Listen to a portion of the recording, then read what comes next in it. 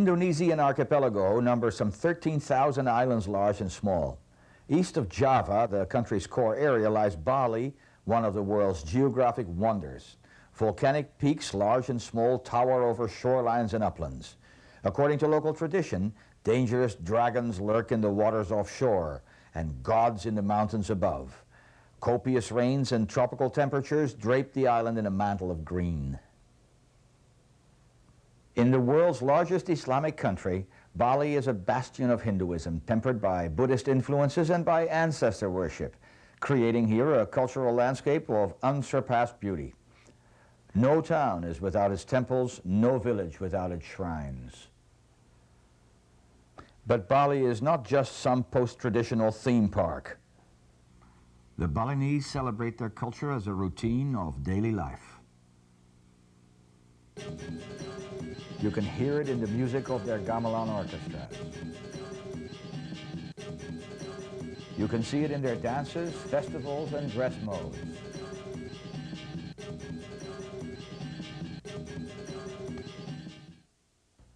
All the while, they gently tolerate their gawking visitors, millions of whom have made Bali one of the world's leading tourist attractions. But life on Bali is not always easy or festive.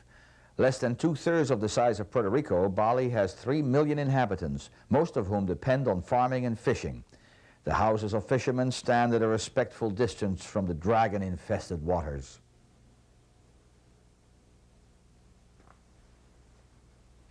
The bows of boats are brightly painted with angry faces to ward off the danger while at sea.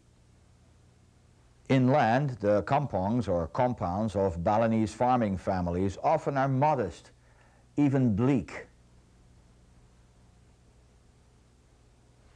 But the countryside these farmers have fashioned is pure topographic sculpture. The Mountain of the Gods, Mount Agung, overlooks meticulously built terraces, paddies that soar from deep valleys up the steepest of slopes. In the fertile volcanic soil, watered by streams from the mountains and nurtured by the tropical sun, rice grows in the paddies in a never-ending cycle of seeding, planting, weeding, and harvesting. The paddies you see here carry 3 crops in a single year.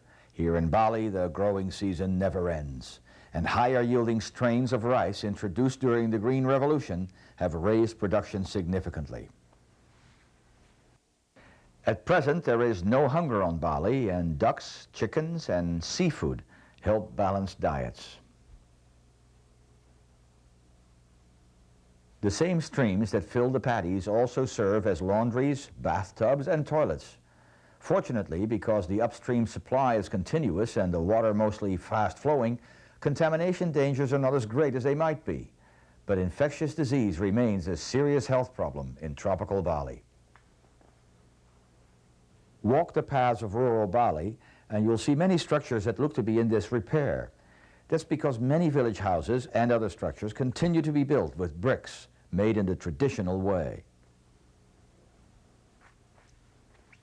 The island of Bali is the product of volcanism, and the volcanic material erodes into soil which, when moistened, can be cut into bricks and then simply left to dry in the sun. These sun-baked bricks create the houses and the architecture of much of this island. Let's watch him make these bricks of which so much of rural Bali is built.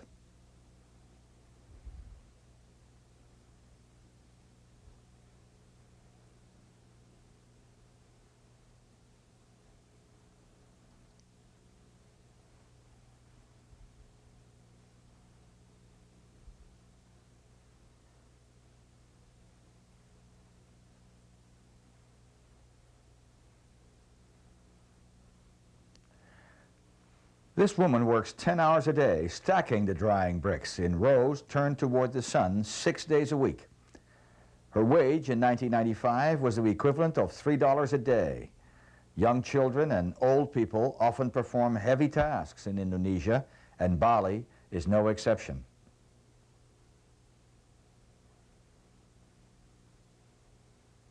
Even Bali has been touched by modernization.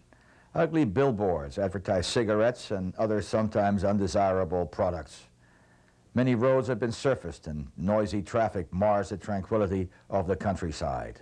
Satellite dishes can be seen to rise over modest homes. Nevertheless, Bali's cultural landscape has proven lasting and durable. Traditional dress still prevails.